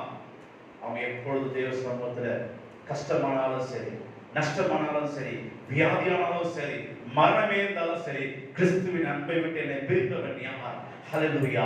அப்படி சவால் விட்டு வாழக்கூடியவர்கள் தான் யதார்த்த கிறிஸ்துவ ஜீவியம். உன்னுடைய வாழ்க்கையில பிரைஸ் தி லார்ட். அந்த சிஸ்டர் என்கிட்ட சரியா பழகல, இந்த சகோதரன் என்கிட்ட பழகல, அவங்க என் முகத்தை பார்த்து சிரிக்கல, என்னை இப்படி எல்லாம் செய்ய சொல்லி உன் ஆவிக்குரிய வாழ்க்கையை நஷ்டப்படுத்தினால் அது ஆவிக்குரிய வாழ்க்கை அல்ல, அது மாயமாலமான வாழ்க்கை, கர்த்தர் விரும்புகிற வாழ்க்கை அல்ல.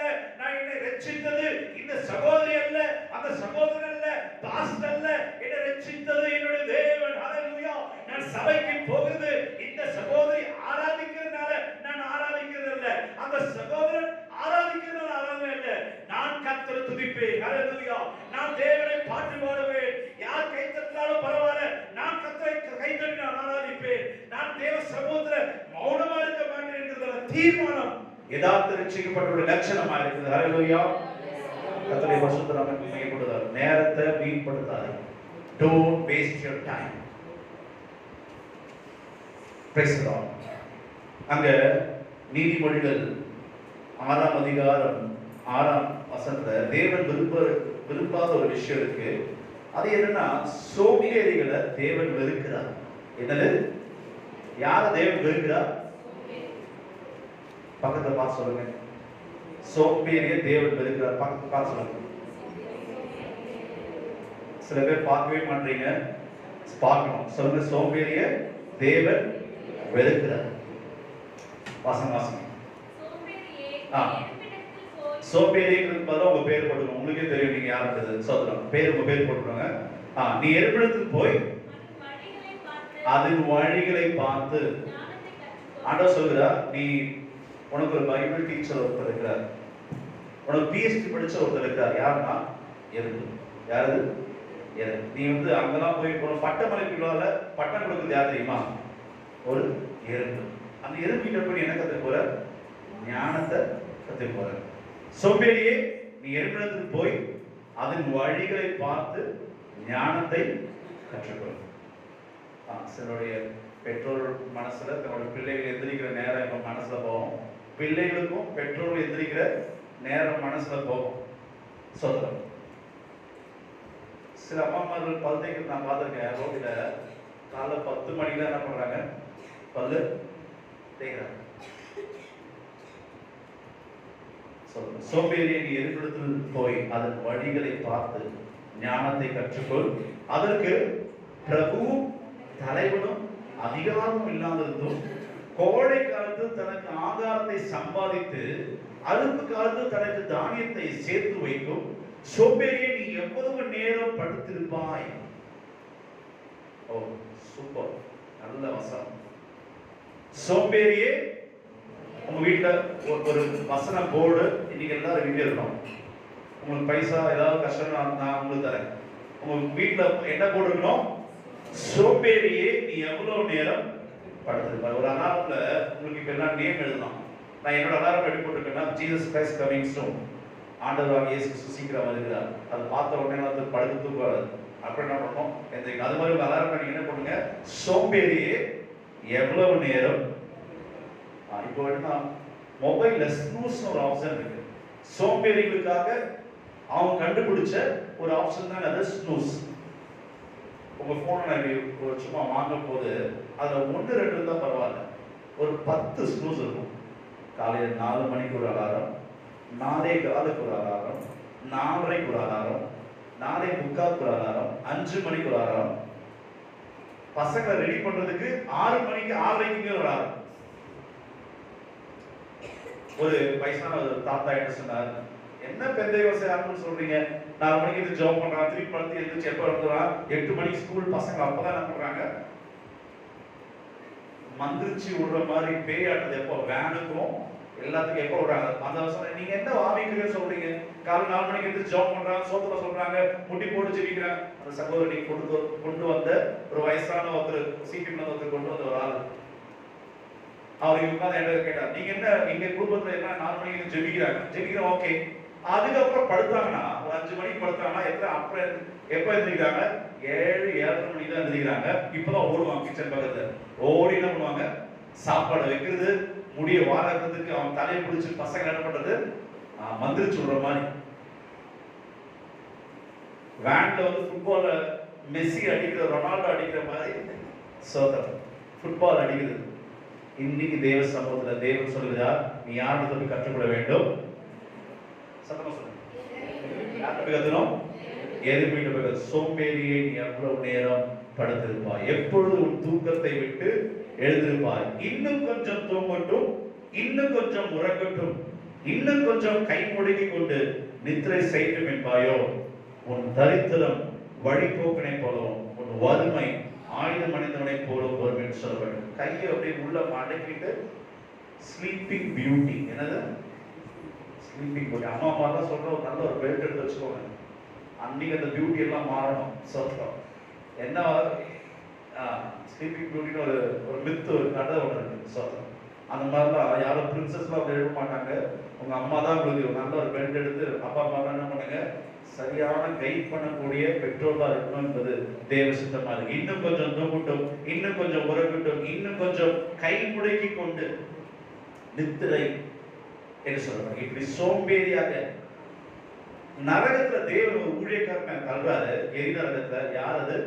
சோம்பலமான அந்த ஊழியக்காரன் என்ன பண்ண, தாளத்தை பொறுத்து சோம்பேறியா இருக்கியா, நீ எங்க போனே அந்த சோம்பேறியான ஊழியக்காரனை எரி நரகத்துல, தேவன் விரும்பாத ஒரு விஷயம், சோம்பேறியான நாட்களை கொண்டு கர்த்தர் ஊழியத்தை செய்ய முடியாது, அவனை கொண்டு பெரிய காரியம் செய்ய முடியாது. கர்த்தரோட சமூகத்தில் எப்பொழுதும் விழித்துள்ளவர்களாக ஒரு மனவாட்டியாக அங்க பாருங்க தூங்கி கொண்டிருக்கிறதான அங்க கைவிடப்பட்ட சோதரம் அனுபவத்துக்கு நேராக புத்தி இல்லாத கண்ணிலை போல காணப்படாதபடிக்கு எதற்கும் ஆயத்தம் என்கிறதான தீவட்டிகளோ பிரைசலால் அந்த விளக்கில எண்ணெய் குறைபடாத அபிஷேகம் உள்ள ஒரு மனவாட்டி சபைக்காக தேவன் மறுபடியுமாக திரும்பி வருகிறார்.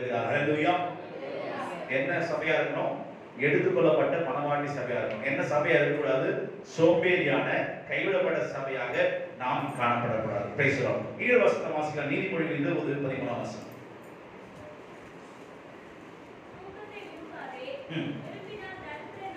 Price the Lord. எனக்கு ரொம்ப பிடிச்சது என்னது? எல்லா கவலையை மறக்கிறதுக்கு என்னது? ஆனா நீதிமொழி சொல்லுதா, நீதிமொழிகள் 20:13 தான் வாசிச்சோம் நம்ம. அதுல தூக்கத்தை விரும்பாதே, விரும்பினால் தரித்திரனாவாய், கண் விழித்தது அப்பொழுது நீ விழிப்புள்ள ஜீவியம் இப்போ இருந்தீங்கன்னா கர்த்தர் உண்மையாகவே உன் கை பிரயாசத்தை கர்த்தர் ஆசீர்வதிப்பார். நீ தூங்கி கொண்டே உன் வாழ்க்கையில போனா உன் வாழ்க்கையில தரித்திரம் தான் வரும். தரித்திரம் இல்லாதபடிக்கு விழிப்புள்ள அனுபவத்தை தேவன் நமக்கு தரும்படியாக எல்லா தேவனும் கருத்தை கருத்து சொல்லுவோம். கடைசி ஒரு பாயிண்ட் சொல்லி அப்படிங்க போற முக்கியமான ஒரு பாயிண்ட். முதலாவது நம்ம எதை கொடுக்கணும் சொன்ன, தேவன் நமக்காக கொடுத்தா நம்ம என்ன பண்ணணும்? தேவனுக்காக கொடுக்கணும், நம்ம நேரத்தை கொடுக்கணும், ஊழியத்துக்காக கொடுக்கணும். சோம்பேறியக்கூடாது. கடைசி முக்கியமான ஒரு பாயிண்ட். இது ரொம்ப ரொம்ப முக்கியம். தேவனுக்கு என்னோட இதை பகிர்ந்து கொள்ளப்படியாக சொன்னபடினால நான் சொல்கிறேன். தேவனுக்கு சொல்றோம், கவனிக்கலாம். தேவனுக்கு நம்ம என்ன பண்ணணும்? மனப்பூர்வமான கொடுக்கக்கூடியவர்களாய் தேவன் நம்ம என்ன பண்ணணும்? நடத்தணும். உற்சாகமாய் கொடுக்கிறதில் கர்த்தர் பிரியமா இருக்கிறார் என்று வேதம் சொல்லப்படுது. நம்ம உற்சாகமா கொடுக்கணும்னா தேவன் என்ன பண்ணல? பிரியமா இல்லதான். உற்சாகமாய் கொடுக்கிறது கர்த்தர் பிரியமா இருக்கிறார். இங்க பாருங்க, இத உணர்த்தும்படியா ஒரு சம்பவத்தை சொல்றேன். புதிய ஏற்பாட்டுல அப்போஸ்தலர் காலங்கள்ல எல்லாம் கவனிங்க. சில தூக்கத்துக்கு மயக்கம் சோம்பேறி ஒரு டாபிக் கொடுத்தது. அப்பயே எதிர்ப்பீங்க பார்த்தா இன்னைக்கு சோம்பேறியா இருந்தீங்கன்னா என்ன அர்த்தம்? நீங்களே கொஞ்சம் இடைக்கிடைக்கு கொஞ்சம் அல்லேலூயா சோத்திரம் சொன்னீங்கன்னா நீங்களே கொஞ்சம் இது பண்ணலாம். சில நான் டெக்னிக்கல் சொல்றேன். அந்த டெக்னிக்கா மீட்டிங் முடிச்சதுக்கு அப்புறம் சொல்றேன். பேசலாம். கர்த்தருக்கு நாம மகிமைப்படுவதாக. இந்த பாயிண்ட் பாருங்க. அப்போஸ்தலர் காலங்கள்ல அப்போஸ்தலர் 1ஆம் அதிகாரத்துல சொல்றார், பசுத்தாவி வரும்போது பலனடைந்து யூதேயாவும் சமாரியாவும் பூமியின் கடைசி வந்து நீங்க என்ன பண்ணுங்க? எனக்கு சாட்சியாக. இப்ப 2ஆம் அதிகாரத்துல என்ன நடக்குது? ஆண்டவர் வந்து பேதுரு 120 பேர், பெந்தேகோஸ்தே நாள் 50 நாள், இது ரெண்டாவது எல்லா ஜனங்களும் ஒருமனப்படுறாங்க. ஒருமனப்படும் போது என்ன நடக்குது? பரிசுத்தாவி தீயை போல இறங்குறார். காற்று அடிக்குது. மேல் வீடு என்ன ஆகுது? அசையுது. அசையும் பொழுது அங்க பேதுரு பிரசங்கம் பண்றார். பேதுரு பிரசங்கம் எத்தனை பேர் ரட்சிக்கப்படுறாங்க? 3000 பேர் ரட்சிக்கப்படுறாங்க. ரட்சிக்கப்படுறது மாத்திரமல்ல, அங்க நான் படிக்கும் பொழுது அந்த அப்போஸ்தலர் 2ஆம் அதிகாரத்துல 47ஆம் வசனம் சொல்லப்பட்டிருக்கு. அவர்கள் ஒருமனப்பட்டவர்களாய் தேவாலயத்தில் அனுதினமும் தரித்திருந்து வீடுதோறும் அப்பம் பெற்று மகிழ்ச்சியோடும் கவலையில்லாமல் இதயத்தோடும் போஜனம் பண்ணி தேவனுக்கு ஜன அனுதினமும் சபையில சேர்த்து கொண்டார். இப்ப எல்லாரும் அப்போஸ்தலர் ஐக்கியத்திலும் அந்நியத்திலும் எல்லாம் உறுதியா ஒரே காங்கிரிகேஷன் தான் இருக்காங்க. 3000 பிளஸ் 120 பேர் ஒரே காங்கிரிகேஷனா யார் கூட இருக்காங்க? இப்ப 3ஆம் அதிகாரத்துல நடக்குது பாருங்க. என்ன சம்பவிக்கும்? 1ஆம் அதிகாரத்துல பசுத்தாவியை பத்தி சொல்றாரு. 2ஆம் அதிகாரத்துல பசுத்தாவி பெற்றாச்சு. 3000 பேர் சேர்ந்தாச்சு. இப்ப எல்லாரும் எங்க இருக்கிறாங்க? அப்போஸ்தலர் ஐக்கியம், உபதேசம் இதெல்லாம் வந்து பற்றி இருக்காங்க. தேவன் ஆட்கள் அனுப்பிட்டே இருக்காரு. 3ஆம் அதிகாரத்துல தேவாலயத்துல போகும்போது ஆண்டவர் அங்க வந்து சப்பானியை பாக்குறாங்க. சொல்றாங்க, பினான்சியலா என்கிட்ட கொடுக்குறது ஒண்ணுமே இல்லை, என்கிட்ட என்ன இல்லை, ஒன்றும் இல்லை, வெளியும் இல்லை, இயேசு நாமத்துல எந்திரிச்சு நடக்கிறாங்க. எந்திரிச்சு நடக்காங்க. அப்போ 3ஆம் அதிகாரத்துல தெளிவு, இந்த 120 பேர் இல்லது 12 பேர்கிட்ட என்ன இல்ல, பைசா பொருளாதாரம் இல்ல. தெளிவு புரியுது உங்களுக்கு? 1ஆம் அதிகாரத்துல பசுத்தாவி, 2ஆம் அதிகாரத்துல பசுத்தாவி பெற்றாச்சு, 3000 பேர் வந்துச்சு. 3000 பேர் வந்தா கூட என்ன சப்போர்ட் இல்ல, ஊழியத்தை ரன் பண்றதுக்கு சப்போர்ட் இல்ல. அவர் சொல்ற என்கிட்ட பொண்ணும் இல்ல வெள்ளியும் இல்ல, இயேசு கிறிஸ்துவின் நாமத்தினால. 4ஆம் அதிகாரத்தை நீங்க வாசிச்சீங்கன்னா இப்ப என்ன நடக்குதுன்னா, 4ஆம் அதிகாரத்துல அதுல 32ஆம் வசனத்தை வாசிக்கலாம். விசுவாசிகளாகிய திரளான கூட்டத்தார் ஒரே இதயம் ஒரே மனம் உள்ளவர்களாக இருந்தார்கள். ஒருவனாலும் தனக்குள்ளவர்கள் ஒன்றே தன்னுடைய சொல்ல நான் படிக்கிறேன். சகலமும் அவர்களுக்கு பொதுவாக இருந்தது. கர்த்தராகிய இயேசுவின் அங்க சொல்லப்பட்ட நிலங்களையும், 34 நிலங்களையும் வீடுகளையும் உடையவர்கள் அவைகளை விற்று விற்கப்பட்டவர்களை கிரயத்தை கொண்டு வந்து அப்போஸ்தலருடைய பாதத்தில் வைத்தார்கள். அவர்களுக்கு தேவையானதுக்கு தக்கதாய் பகிர்ந்து கொடுக்கப்பட்டது. அவர்கள் ஒருவனுக்கும் ஒன்றும் குறைவா இருந்ததில்லை.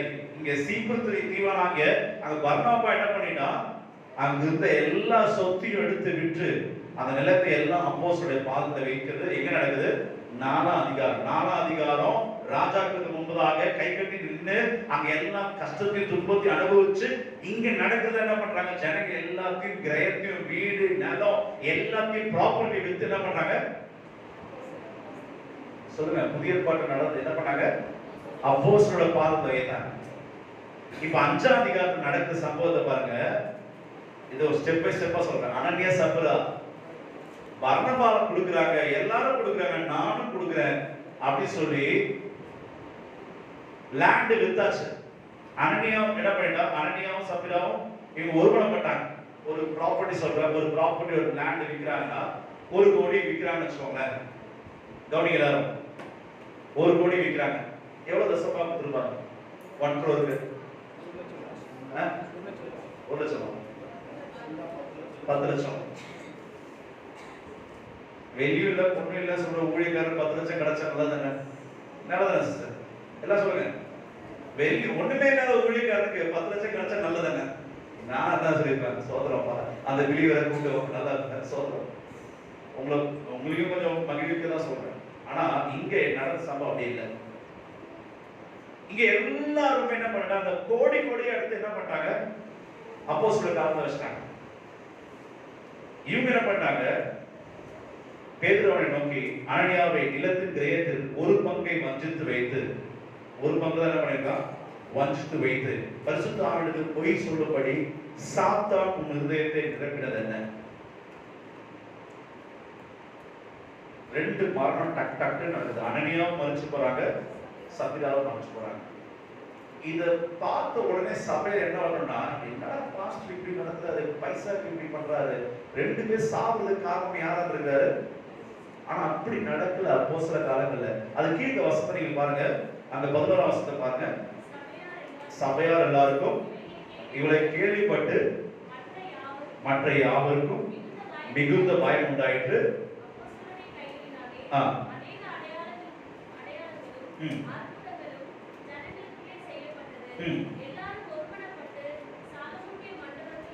எல்லாரும் நல்ல பயபக்தி வந்துச்சு. எல்லாம் ஒரு மனமா இப்ப எங்க இருக்காங்க? சாலமோன் மண்டபத்துல ஒரு பெரிய ஒரு காங்கிரிகேஷன். இனிமே என்ன பண்ண மாட்டான்? 2 பேர் செத்ததுனால என்னாச்சு? மத்தவங்க யாருமே இந்த எக்ஸாம்பிள ஃபாலோ பண்ணக்கூடாது என்பதை அங்க நான் பார்க்கிறோம். அப்போ பிரைஸ் தி லார்ட். கர்த்தர் பரிசுத்த நாமம் மகிமைப்படுவதாக. பழைய ஏற்பாட்டுல கவனிங்க, பழைய ஏற்பாட்டுல 100ல நாம 10 கொடுக்கணும், 10ல 1 கொடுக்கணும். இதுதான் பழைய ஏற்பாட்டுடைய அனுபவம். அதுதான் நம்ம என்ன சொல்லுகிறோம்? தசம பாகம் சொல்றோம். காணிக்கை வேற, தசம பாகம் வேற. உங்களுக்கு எல்லாருக்கும் தெரியும், தெரியாதவங்க நான் சொல்றேன். அங்க தசம பாகத்தை குறித்து வேதவசனம் வாசிக்கும் பொழுது நான் பார்க்கும் பொழுது பிரைஸ் தி லார்ட், அங்க லேவியராகமம் 27ஆம் அதிகாரம் 30ஆம் வசனத்துல தசம பாகத்தை குறித்து அந்த வாசனம் சொல்லப்பட்டிருக்கிற வசனத்தை வாசிப்போம். லேவியராகமம் 27:30.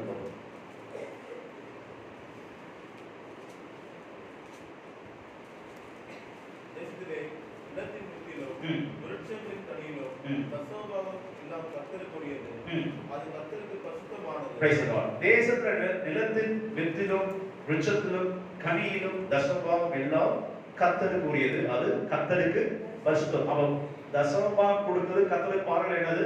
பரிசுத்தம். தேசத்துல விளையிற நிலங்கள் இருக்கிறதான வித்து, விருட்சம், கனி இது எல்லாவற்றையும் என்ன பண்ணணும்? தசமபாகம் கொடுக்கணும் என்பது தேவன் விரும்புகிற பழைய ஏற்பாட்டுடைய விஷயமா இருக்குது. ஆனா புதிய ஏற்பாட்டை அப்படியே மாறிடுச்சு. எல்லாமே எடுத்து வாழ்றாங்க ஒரே வார்த்தையில. அத அப்போஸ்தல காலத்துல நடந்த விஷயம். யாருமே தனக்குள்ளதுன்னு சொல்லாதபடிக்கு பொதுவாக அனுபவித்ததுதான் அப்போஸ்தல காலம். பழைய ஏற்பாட்டுல முதலாவது காணிக்கை செலுத்தினது யாரு?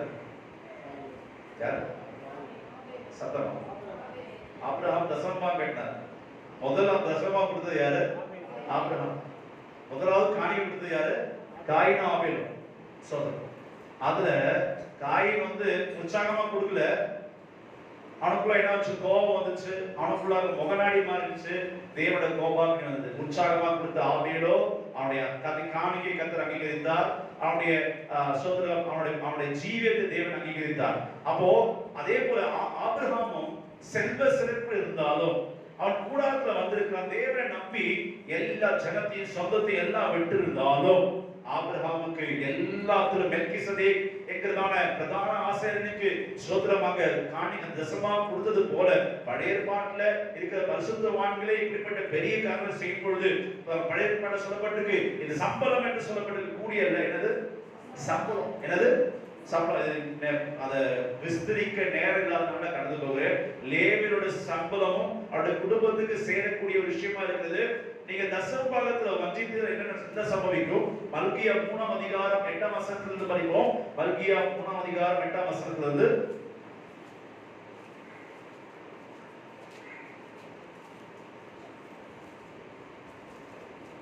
சீக்கிரம்.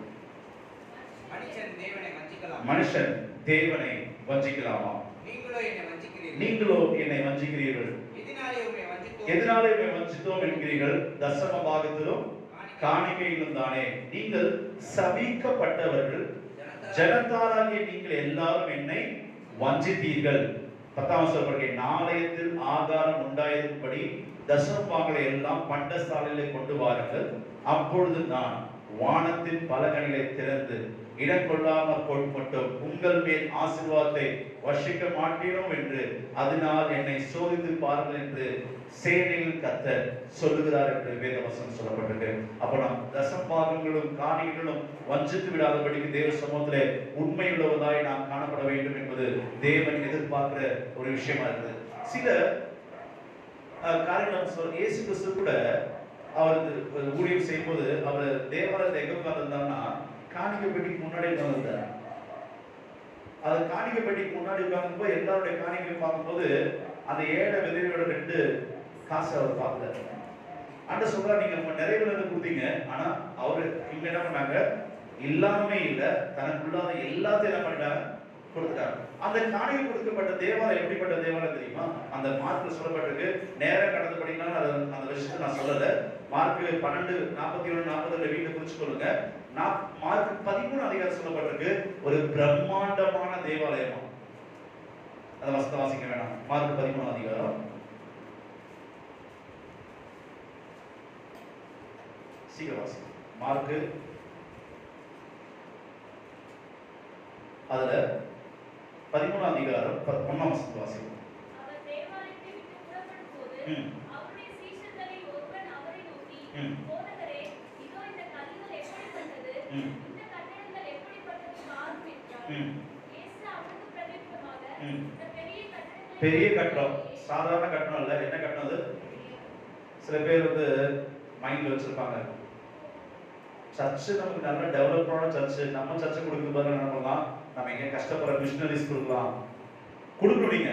ஆனா எதிர்த்து கொடுக்கணும், தசமபாகத்தை நீங்க காம்ப்ரமைஸ் பண்ணி கொடுக்கறதல்ல. சொல்றது புரியுதா உங்களுக்கு? சில பேர் சொல்றதை கேள்விப்பட்டிருக்கேன், நான் தசமபாகம் எங்க சர்ச்சில் கொடுக்க பதிலாக என்ன பண்றேன், நான் நாட்டில் இருக்கிற மிஷனரி கொடுக்குறேன். தசமபாகம் கொடுக்கணும், அவனுக்கு நீ அவங்க கொடுத்து தசமபாகம் இல்லை, என்ன கொடுக்கணும்? காணிக்கை. சொல்றது புரியுதா உங்களுக்கு? உங்க எல்லாருக்கும் உங்க மனதுல புரியுறதுக்காக சொல்றேன், ஈஸியா புரியுறதுக்காக சொல்றேன். இதெல்லாம் எப்படியாக தசமபாகம் கொடுக்கணும் அப்படிங்கிறதெல்லாம் ஒழுங்குகள் எல்லாம் சொல்லப்பட்டது. ஏன்னா இந்த பைசா விஷயத்துல தான் எந்த ஆவி இருக்குன்னா, யூதாஸுடைய ஆவி இதுல ஒட்டி இருக்கு, பைசா விஷயத்துல ஊழியர் செய்கிற நாங்களும் சரி, விசுவாசியா நீங்களும் சரி, ஜனங்களுக்கு கொடுக்கிறதுக்கும் கர்த்தருக்கு கொடுக்கிறதும் உங்களுக்கு உற்சாகம் உள்ள ஹிருதயம் தேவன் நமக்கு அதிகமாக தர வேண்டும். பழைய ஏற்பாட்டுல தசமபாகம் பற்றி சொல்லப்பட்டிருக்கு, புதிய ஏற்பாட்டிலையும் தசமபாகம் பற்றி சொல்லப்பட்டிருக்கு. அதோட தெளிவு கூட மத்திய 23 வசனங்களை வாசிக்கலாம். புதிய ஏற்பாட்டில் இயேசு கிறிஸ்து எங்க தசமபாகத்தை பற்றி சொல்லியிருக்கிறார் என்று பல கேள்விகள் அனைவருக்கு இருக்கு. மத்திய 23 வசனத்தை நம்ம வாசிப்போம். உங்களுக்கு ஐயோ, நீங்கள் ஒத்தலாமிலும் வெந்தயத்திலும் சீரகத்திலும் தசமபாகம் செலுத்தி நியாயப்பிரமாணத்தில் கற்பித்திருக்கிற விசேஷித்தமாகிய நீதியையும் இரக்கத்தையும் விசுவாசத்தை விட்டுவிட்டீர்கள். இவைகளையும் செய்ய வேண்டும், அவைகளையும் விடாதிருக்க வேண்டும். இதையும் செய்யணும், என்ன பண்ணணும், அதையும் விடாது இருக்கணும். அப்போ தசமபாகம் கொடுக்கணுமா வேண்டாமா? சத்தமா சொல்லுங்க. கொடுக்கணும். காணிக்கை கொடுக்கணுமா வேண்டாமா? மிஷனரி கொடுக்கணுமா வேண்டாமா? கொடுக்கணும். எல்லாரும் நீங்க சப்போர்ட் பண்ணுங்க.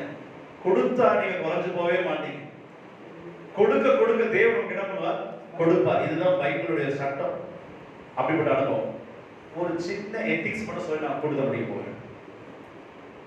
உதாரணத்துக்கு ராமச்சந்திரன் எடுத்துக்கோங்க. உதாரணம் சொல்றேன். ராமச்சந்திரனுக்கு சவுதியில் ஒரு வேலை கிடைச்சிச்சு. சவுதிக்கு போயிட்டார். சவுதியில் போயிட்டு அவர் சொல்றார், என்னுடைய மதர் சர்ச் என்னது, என் தாய் சபைங்க பதுஞ்சேரி, என்னை வளர்த்த சபை என்ன, அவன் மனதில் இருக்குமா இல்லையா? பதுஞ்சேரி. துபாயில நான் ஒரு சபைக்கு அங்க போயிருந்தாலும் என் தசமபாகம் நான் எங்க அனுப்ப போகிறேன்? இது சரியா தப்பு?